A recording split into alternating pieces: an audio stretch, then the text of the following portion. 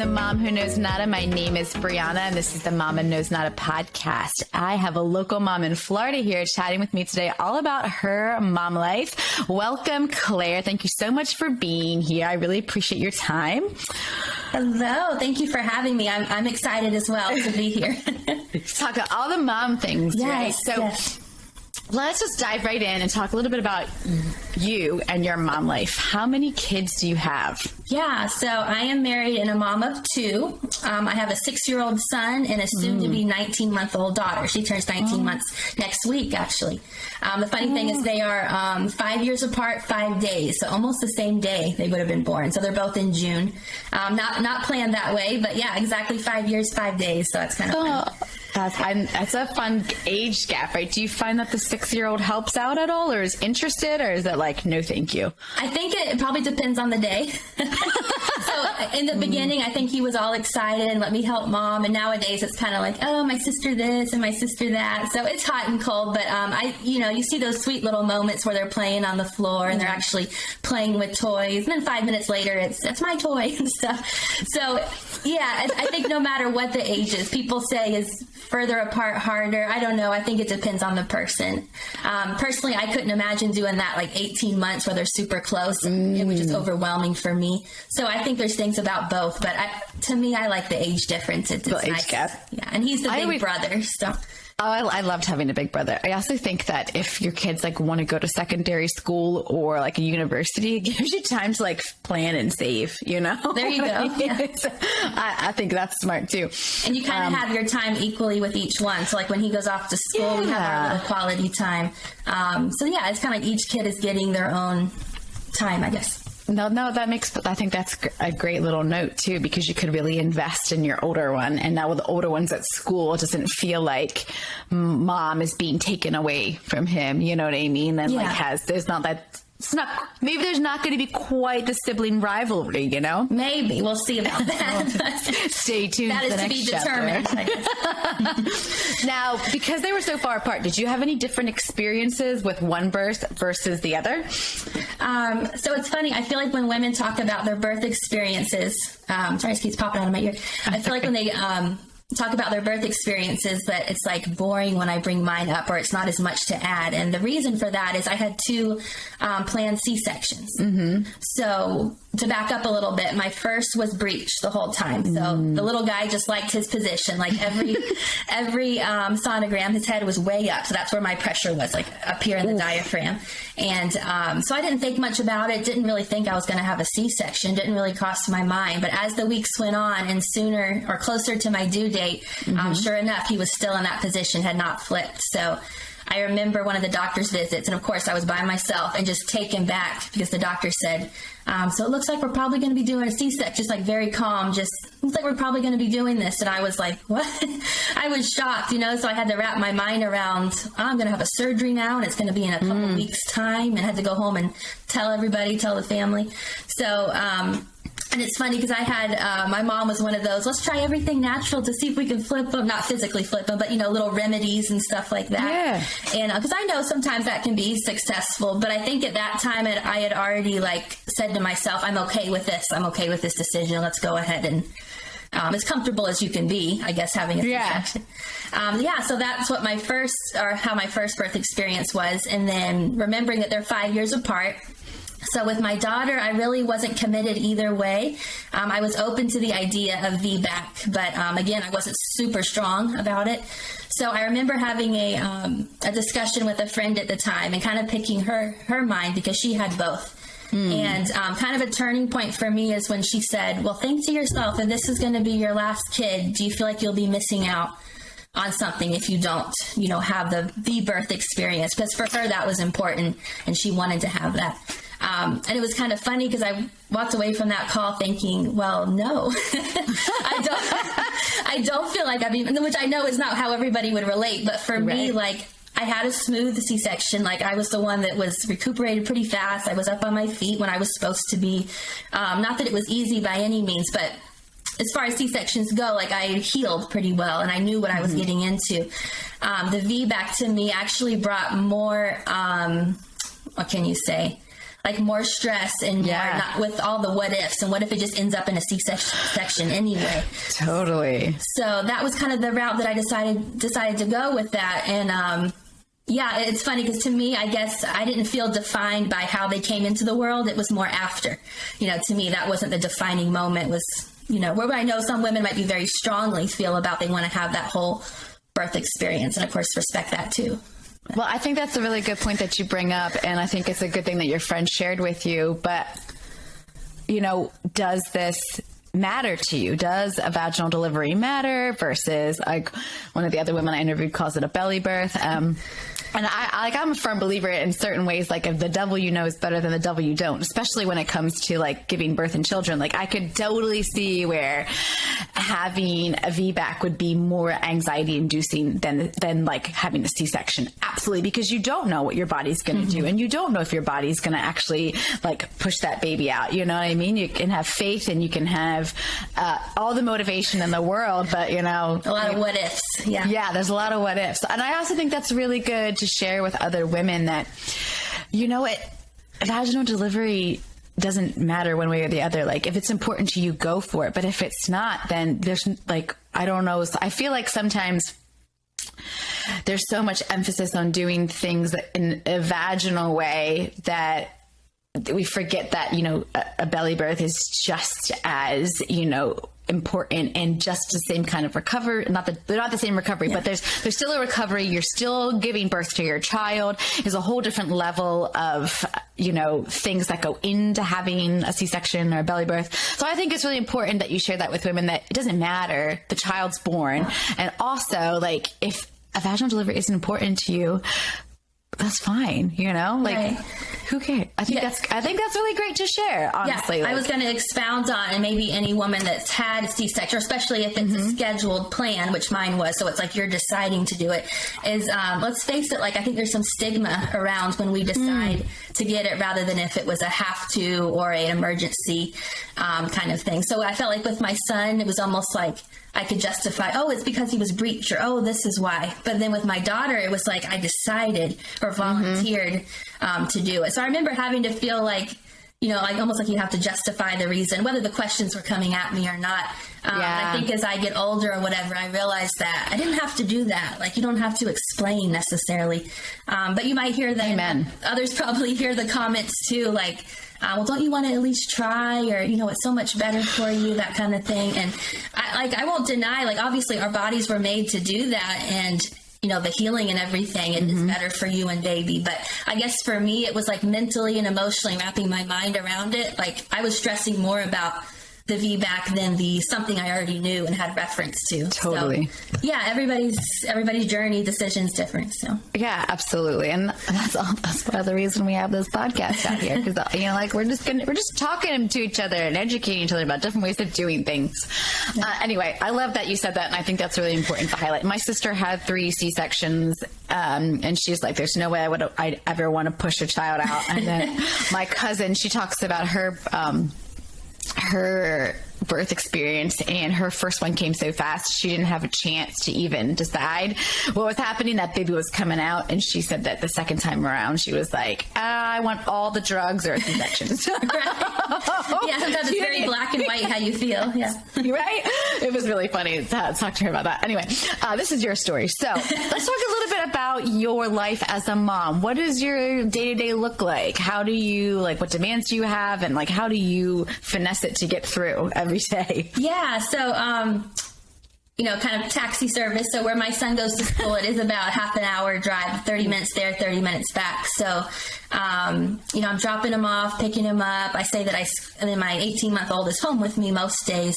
So I say that her nap time is where I'm squeezing in. We'll touch on this later, but I'm a small business owner. So my nap time, I wish her nap time is when I'm squeezing in those, client calls or marketing or this or that. And then on top of just taking care of the house. Like, it doesn't sound like much, but we're kind of juggling, all those kind of things. So, and I came from a full-time worked out of the house sort of thing. So yeah, it's been kind of a transition, but yeah. So did you work out of the home with your older son?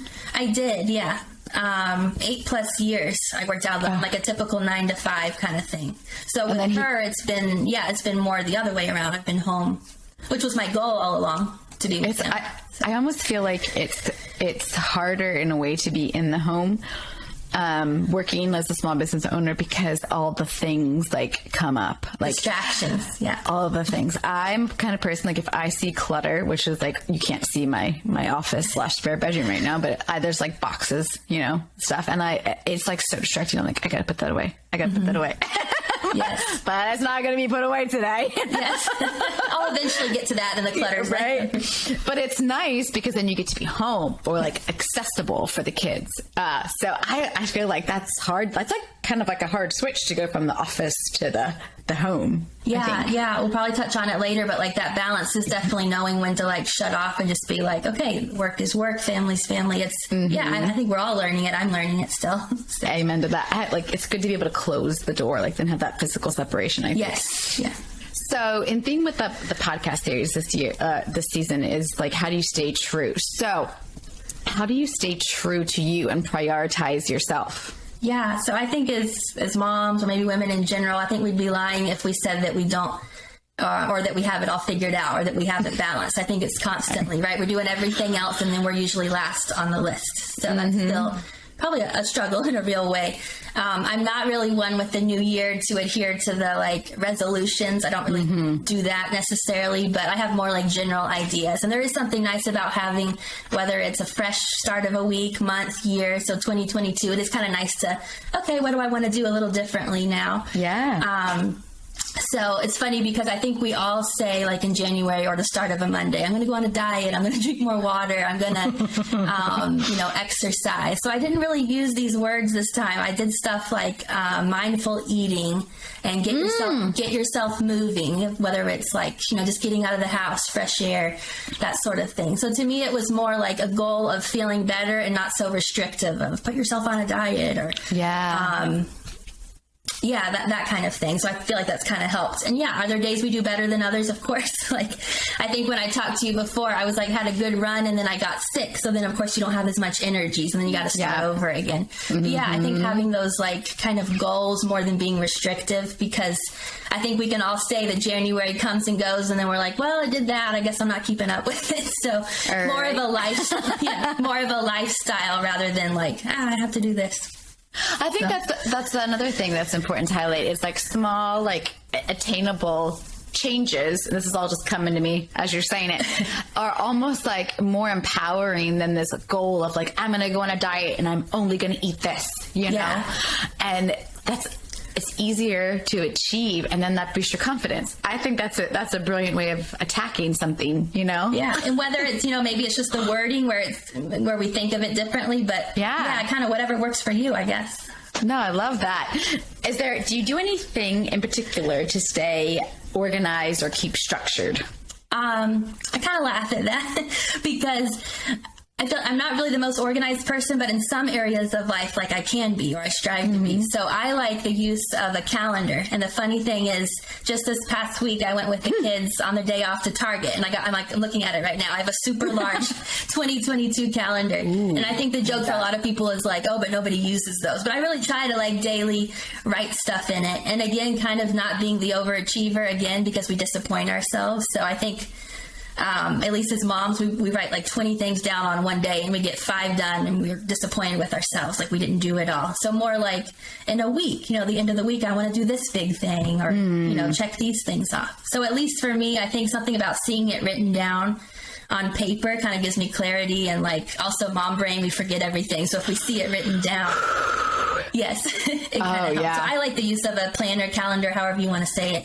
I know we can do stuff in like our phones now too, but I'm kind of old fashioned about liking it, in writing. So I like to do both. Like I have my schedule like on my device, but everything's like color coded for me. So if it's like personal, like I play tennis. So if it's like a tennis match, or like a lesson, it's like purple. If it's like podcast or writing, it's like pink, Okay. Color coded. Yeah, it's got to be color coded. Otherwise I'm like, what's that for? but it's funny that you say the calendar thing is that I find that if I don't physically write it down, and this is like apparently, I guess, I read an article like years ago, but apparently it's like in a woman's, it's more susceptible for women, and the way our brains work, generally speaking, is that you physically writing it down is actually more, what's the word I'm looking for? It helps us to remember it better. It probably uses like a different part of our brain. I think even like children, right? They say like you say it, you write it, you see it or something. So, yeah. It's like that like connection. So funny enough about calendars is I literally just cleaned it today from last April. And I have like one of those like whiteboard calendars and it still had like April 21 on it because I was like, all right, we're going to write things down this month starting in February. And then we're just going to write like 3 weekend goals, like every weekend to like get done. So yeah, I'm on the same mission as you. I think you're a little bit more successful in your endeavor. I think the whole goal oriented is probably better than the like so many little things and then we disappoint ourselves. Like we have to get specific about things we don't want to forget. But again, the goal. And then you can feel good at the end of the week when you're like, wow, I actually met that, or I can see it and check it off, visual, Nice. Erase it from the list. Like put the Christmas decorations away in the garage. For me, they're still in the house in boxes. Anyway, how do you strive to be mentally and emotionally fit and present for yourself and your family? Yeah, so I feel like some of these questions were like so deep. I'm like really thinking, right? I'm like really thinking, like, wow, this is like good for me to think about. But there was something that came to mind. It was the subject of social media. So I feel like it can be so zapping sometimes and time consuming. And the funny thing is we need it, like as a business owner, I feel like it's essential, like to have a presence and we need it. It's the sigh, right? Like all the energy it takes from us. But I found a quote it's funny enough, I found it on social media, so there from scrolling. But it had to do along the lines of social media is, let's see if I can remember, is made to make us feel we should be somewhere else with someone else doing something else. And then the point was we forget what's in front of us. So I read that and it's just like, it's in my mind all the time. Like, are you somewhere else or are you present? So it's, again, I am in no way like, it's always a balance for me, but it's a good reminder. Like sometimes just put it away. So that helps me be present to those little things. It's funny that I found it on social media. So that's kind of ironic. I like that though. I like that quote too. That's awesome. I'm gonna let that marinate for a minute. How do you... kind of deep in a way, right? Like, are we somewhere else or are we always comparing ourselves to other people, whether it's in the business, personally? Oh my gosh. I was at the gym this morning. Funny enough you say that. And I'm like doing something with like a little 8-pound, hand weight. And this other woman comes up and she's got like 30-pound barbell. I was like, I'm okay with where I'm at, but I was like, I wish somebody was taking a picture of this because it's poignant. You kind of like turn your back a little bit. I was like, I just like embraced it because I think it's funny. And no, I totally lost my train of thought because there was something I wanted to follow up on. But in terms of find that thing on social media, I love that you say that because some of the other podcasts that I've done, and you don't know this, they talk a lot about being present and in the moment. So for you to just say that, I think is just so poetic and kind of, again, poignant to like the whole like series and like that I'm, recording right now. So that's pretty cool. And then the other thing I wanted to ask about how do you stay true is in your, like, how do you keep yourself fulfilled professionally and personally? Yeah, so another deep one, right? I'm like, wow. Sorry about that. No, it's good. So part of it for me, at least on the professional side, what I came up with is really that I actually enjoy what I do and I get excited about it. So, we'll get into probably in a few minutes what I did before, but for a lot of us, it's just a job and it is what it is and we leave it alone. But for me, so it is very tied into family life in a way. They go very hand in hand. But so I think there's two parts maybe to why I'm excited about it. Probably partially because it's something of my own that I own and I kind of call the shots in it, which is cool. But then the nature of the job itself, like helping people feel better and, just having more of a quality of life too. So I think that's just kind of, it's fulfilling too. In that way for the professional way. Yeah. And that kind of goes hand in hand, I guess, with the personal as well. Because you still get to do something that makes you feel good and you're helping other people. So that's pretty rad. Yeah. And then remembering, I guess, part of why I got started in this is to be home and be with the kids. So that's kind of that constant reminder too, is like, look, you're already meeting some of those things you wanted to do, which is neat too. I thought that was way down the road where I would have a work from home job. So it's kind of cool to be in the middle of it. Do you ever, and this is off the cuff, but do you ever find sometimes like that you're frustrated with the lack of time or the time constraints that you have in your day to day just to get those professional like things accomplished? Oh, for sure. I mean, that's probably like opening the book to like, oh yeah, like lots of frustrations there.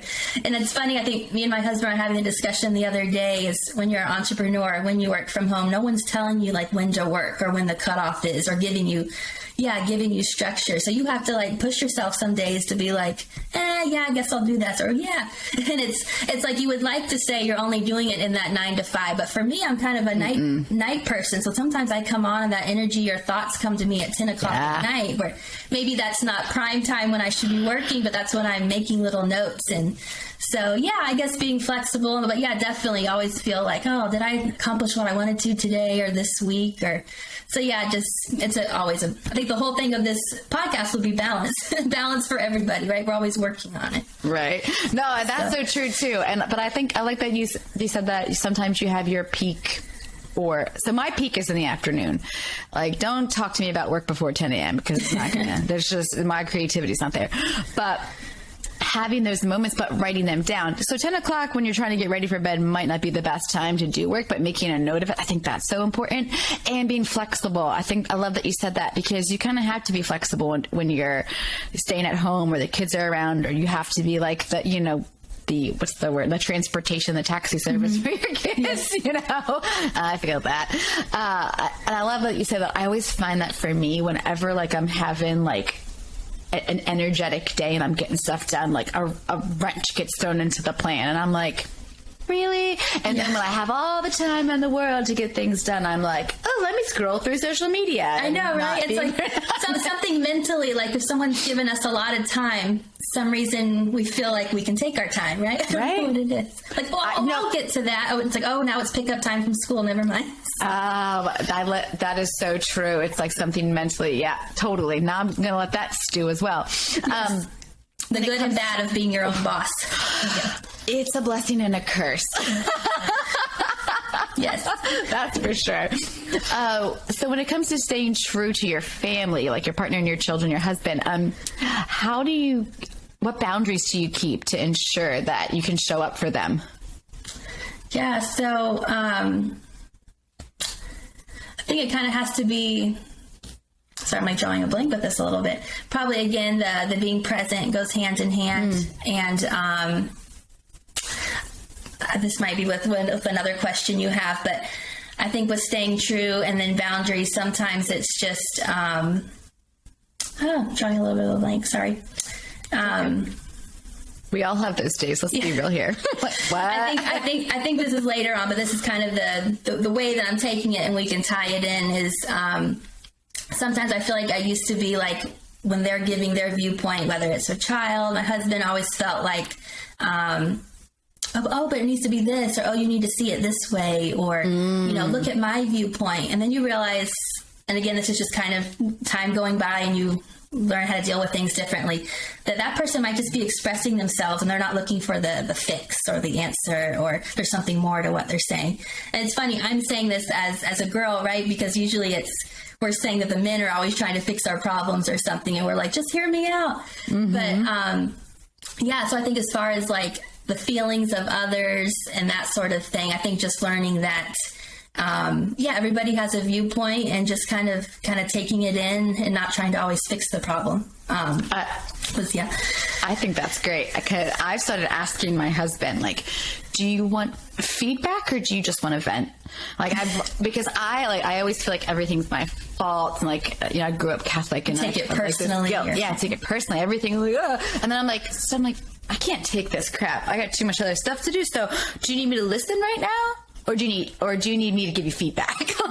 that's good to preface it that way, because then you know what you're dealing with too. Yeah, because there's lots of times when I'll say to him, like, I'm just venting right now. Like, let me just have my moment. So I think that's such a good thing to highlight, you know, because I think we all do that. You know, are we overstepping? Are we, you know, by offering advice when someone just wants to like have a moment to get something out, like, you know, put it out into the universe instead of like having it on your shoulders. Yeah. So I love that. I think that's amazing. And not always feeling like you have to fix it or no, think this way, not that way, or maybe that's not helpful, you know, at the time, whether it's to you or to somebody else. But. Yeah. I mean, I could go down lots of rabbit holes with that, because that's like, you know, it's sometimes what the intention, like what you're saying, like what you're intending to say isn't how somebody perceives it. It's me and my husband all the time. And I'm like, whoa, like take a step back, buddy. You know? Yeah. And then most of the time, as we know, there's opposites in a relationship, right? So it's like, that's not what I meant at all. So yeah, the vibe is just let them say what they need to say. Yes. Oh my gosh. Someone else said that to me. It's like, you know, my husband thinks he knows what I'm thinking and all the time, but he never does. So I have to be very clear. And I was like, that's a really good point. Like, even though they might know us so well, our partners, doesn't necessarily mean that they're always on the same page as us. Yeah, we have to actually verbalize it, which you only learn in time too. So yeah, amen to that. How do you help your kids feel seen? Is there anything else you do besides like listen to them and now like understand their viewpoint? Is there anything else that you do that you can think of? Yeah. So what came to me was, and then I don't know if we're going to touch on like tantrums and that kind of thing. It goes hand in hand. But again, totally. Always feeling like as the mom, like, oh, I need to fix it, or you're almost like correcting the course. Like, you're not thinking the right way. You're not balanced. Do it this way. But now, and because we have that 30-minute drive back and forth too, sometimes it's just me and my son. And it doesn't always come out when we want it to come out too. We were kind of laughing the other day, like, right? Isn't it always around bedtime? It's like 5 minutes before bed. Then he said what was on his mind. And we're like, okay, now you want to talk about it? But yeah, it's funny. So yeah, so I think it's more like, again, just kind of hearing them out. And it's funny because with little ones, rarely do they say what's actually on their minds. It comes out, right, with emotions or frustrations or whatever. So I've kind of learned that, like, okay, he's having a little moment right now, and later he's going to say what the problem was. It might have nothing to do with how he was acting. Or again, like you said, we take it personal, like, wow, he said something kind of hurtful to me and it had nothing to do with me. So just kind of, I think, taking a step back, listen. There must be more behind these emotions than what he's actually saying. And again, I'm not perfect at this either, just kind of figuring it out. Because a lot of times we do get frustrated because the emotions are at us and we're like, I'm acting this way, you're 6, you know? So, yeah, true. I think just kind of hear them out, and then in time it'll come out how they really feel. And just, again, that's big patience on our part to do. How do you practice that patience? Like, give me, because I struggle with patience so much. Like, and I'm, like I wanted to throw Alexa out the window yesterday. Like, I hate that thing. I mean, how can you understand what I say 1 minute and 5 minutes later I say the same thing and you don't get it? Right. My son asked for an Alexa and we're like, no, we're not going to have one. So. Yeah, I don't like her. But how do you practice that patience? Or is there anything you do to give yourself like a beat in particular to like not snap like I do at Alexa? No, I mean, like I said, I would be lying if it was like, oh, things are always fine. Like, no, this is only through experience that I found out that there's more behind what he's trying to say. So I think it's more just in time. Like, I guess maybe seeing a pattern, like, okay, he's doing this, there's more to it. So maybe being quiet and just sitting there and letting him talk or not talk or whatever. My husband said before, like, you know, you're asking him all these questions. You're actually making him like not want to talk or shut down, because he'll relate to him more. Maybe it's a guy thing. He'll be like, he'll talk when he's ready. Like, quit asking him. So sure enough, he'll be playing on the floor Legos or something, and we'll hear something come out. And I'm thinking, oh, now you want to talk? Like, I was just asking you all day about it. So I guess I would just say, just give it time. Don't push it. Like, when they're ready, they'll talk. And that's probably personality too. Everybody's personality is going to be different. Yeah. I like that, because I'm always like, Declan, how was your day? What did you do? What work is it? He's like, I don't know, Mom. And then yesterday he's like, Mommy, will you write with me? I want to practice my letters. And I'm like, oh, that's the work you're doing at school. Like, right? That's what, okay. So it's just funny, as you're talking, I'm like reflecting over the last week, and I'm like, okay, notes taken. Yeah, I guess it's kind of like being or learning to be insightful. And again, it's not like I have this mastered in any way, but I'll read different things. And I've even seen like, oh, ask your child these questions instead of these. So if we just say wide open, how was your day? It's almost always, it was fine. Or what'd you do? I did a lot of things. I did nothing. So it's more, I'll try to be like, who was there today? Who wasn't there? Or, I don't know. Was anybody else? Yeah. Was anybody else? Like little specific questions, I guess. And it gets them to open up a little bit more. But it depends on the kid, too. I like that. No, that's helpful to me for sure. How do you stay true in terms of your relationship with your husband? How do you prioritize him? Yeah, so balance again. It kind of goes. Balance is the word of the day, right? Yeah, I like it. I like a theme. One of the things I think is really improved. This will kind of get into the line of work that I'm in and what I help others with. But having some structure at nighttime, and that the kids actually have a time that they go to bed and stuff. It seems like something small, but just having those maybe an hour to watch a show at night or TV or something. With our first, we really struggled with this in his sleep, so we didn't really have much structure. He was always with us, always being held, always something was going on. So now, like, what a difference it makes to have the routine. They have their bedtime, and we can actually put something on, and we kind of both, look forward to it. Like, let's put our show on, or let's watch a little movie, or so yeah, just I think small stuff like that. It doesn't have to be some huge gesture or huge thing, but yeah. No, I think that's so important. My husband and I are really bad with that. I always fall asleep when I put my son to bed. I fall asleep watching shows and movies a lot. He's like, do you ever see the end of a show? Or he'll vice versa. If he's had a long day, he'll fall asleep. So we both do that too. Just like, sorry, babe. But then we're up at like 5 o'clock in the morning, So it was like, well, no, Declan's actually really good at sleeping now. Thank the Lord above. Always helpful. Okay, so let's talk about your profession and what you have chosen to do, and also tell us how you came to find it. Yeah, so I feel like this kind of comes from different angles as far as how I came into it. But I am a pediatric sleep coach. So just in short, I help parents teach their children to, healthy sleep skills. So the whole family sleeping again, because lack of sleep rarely is just affecting one person. It's affecting everybody in the house. Yeah, the mom, the dad, the child. So we all benefit from sleep. But I touched on earlier that I had like a typical 9-to-5 job for 8+ years. So it was in retail banking. So I laughed because that has like nothing to do with what I do now, right? So, but we did have sleep struggles with my son. And then we had our daughter 5 years later, and she was doing okay, but we saw her fall into some of those same habits that were never really fixed with him the first time. So I came off my maternity leave with her, and this was 2020. She's a 2020 baby, so yes, it has challenges itself.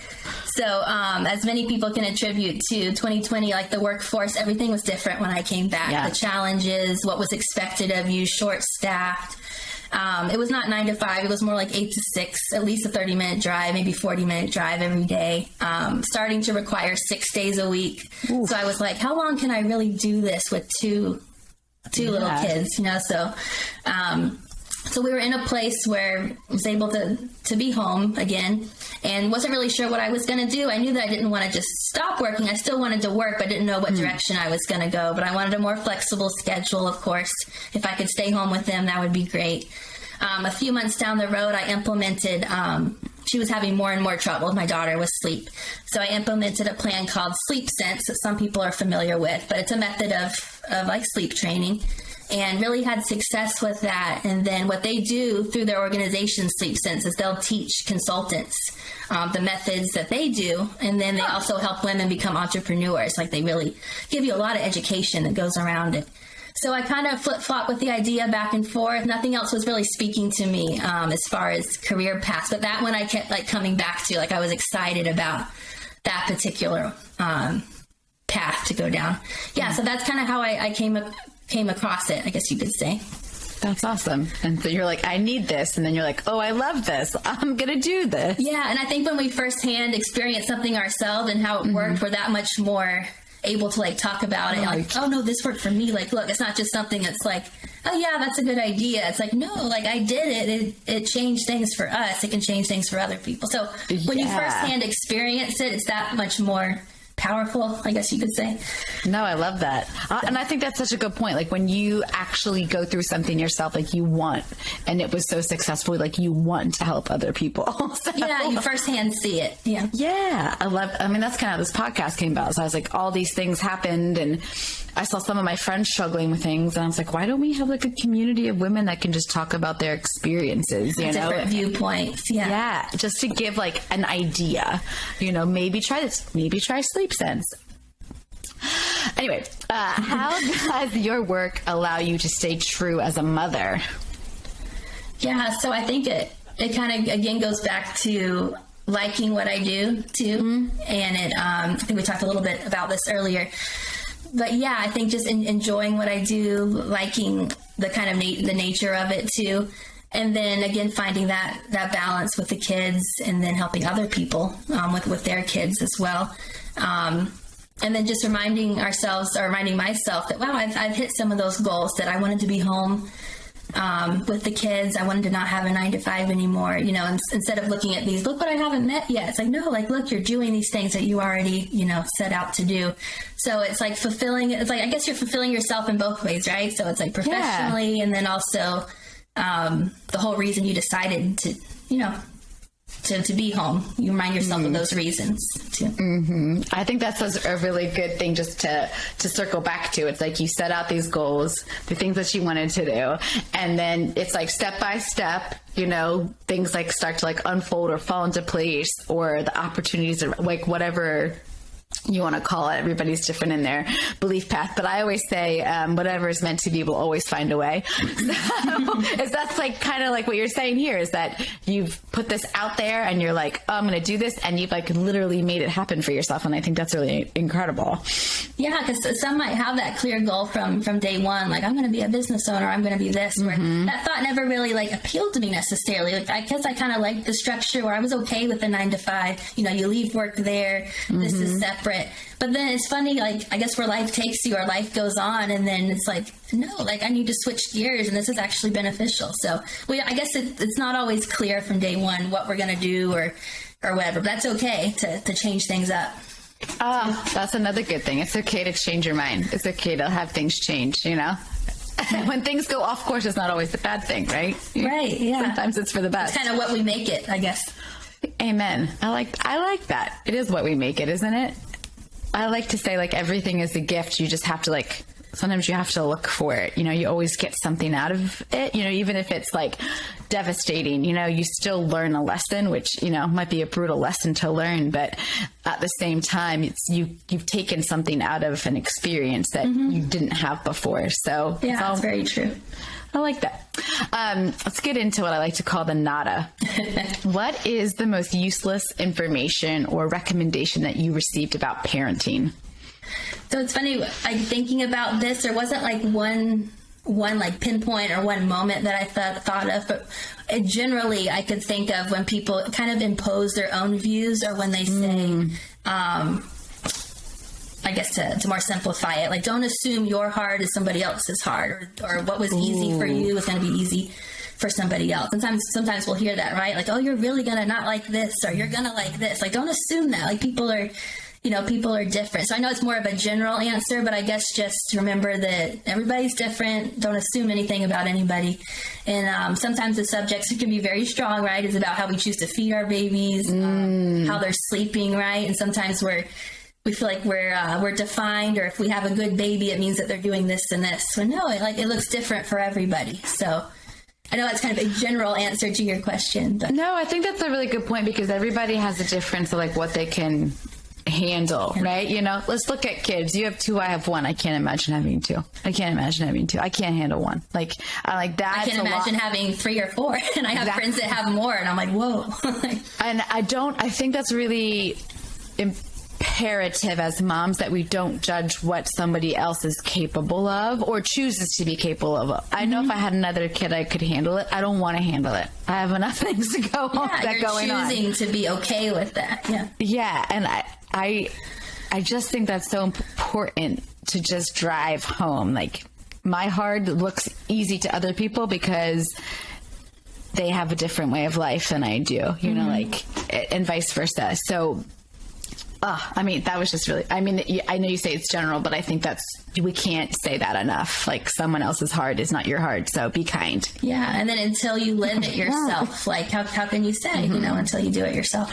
Amen. Like, a lot of people, my husband has traveled all the time since we've been together. So it's the days can be really hard for me when you're doing everything as like a quote unquote single parent. Like, yeah, he's the breadwinner. Yes, he makes all the money and all that stuff, but like everything else, it falls to me when he's gone, and that is grueling. And I don't think without like support, like other women can't do that, or maybe they have older kids and it's easier for them when their husband's gone. Like, but for me, I'm like family nearby or something, some kind of support system. Yeah, I don't got that. So anyway, making this about me when it's all about you. Oh my gosh, I'm rude. I'll sit back and listen. No, I like the exchange. This is good. Yeah. Well, I try to I just try to keep things like, how can I apply this to this person's perspective to my life? You know, like, I try to okay, let me think about what you're saying to me and apply it and make it real. I don't know if that makes any sense, but that's what I try to do. Relatable kind of thing. Yeah. And I think that there's always something to be taken from other people, you know? That's why I like talking to people. What do you wish you would have been told about motherhood? So this one's interesting, and maybe I didn't listen to it, but that it will change you. And I like to pause there, but that it's for the good that you're changed.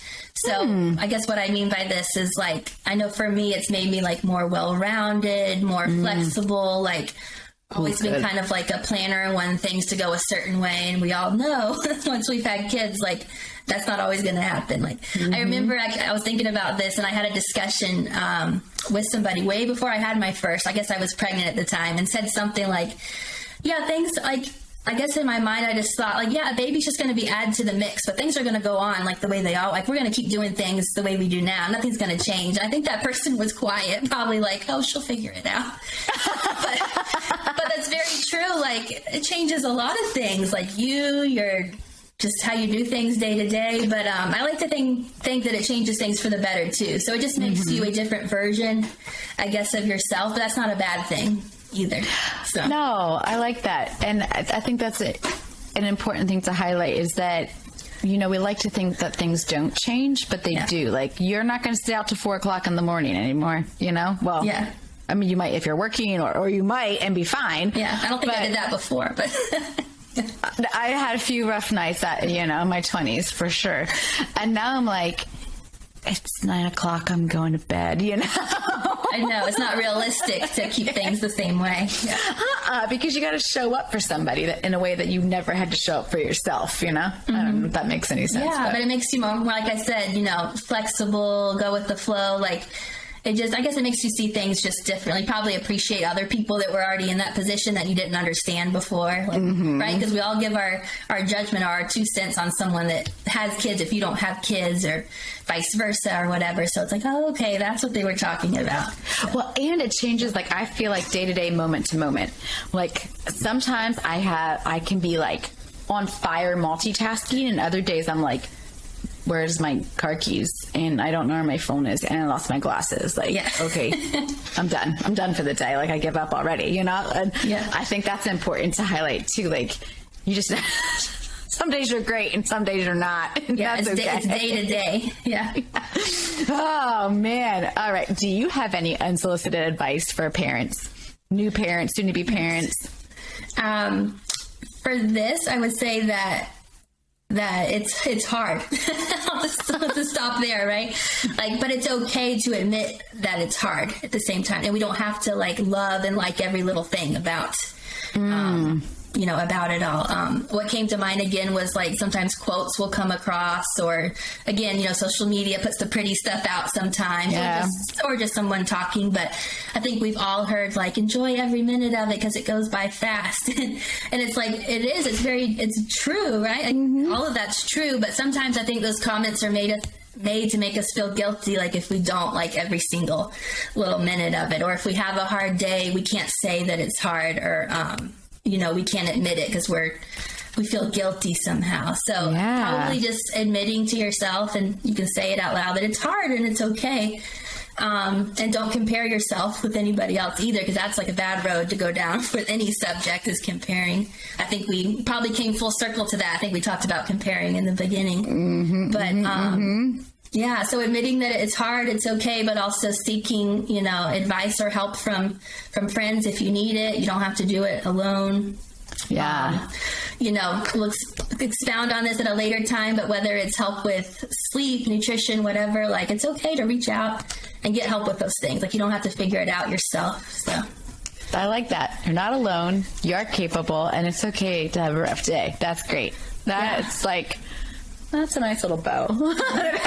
It's not like butterflies and rainbows all the time, right? Even though we might want it to look that way, but it's not. So. I often wonder who decided that we had to enjoy every moment of parenting and motherhood, Why do we need to cherish the tantrums? Not sure about that one. Right, yeah. Someone a little out of touch, maybe. Like, it sounds good, right, on paper, but then we're like, but do I have to love every single little part? Right? I know. Realistic, I guess. No, I love that realism, that authenticity that you're sharing with us. It's awesome. Any other tidbits for us before we say goodbye? I think that was kind of my last thought. So just kind of wrapping it all together, right? It was a good one. Our keyword today was balance, right? Yes. I like that. I'm going to keep circling back to balance. And that looks different for everybody. It does, yes. Yeah.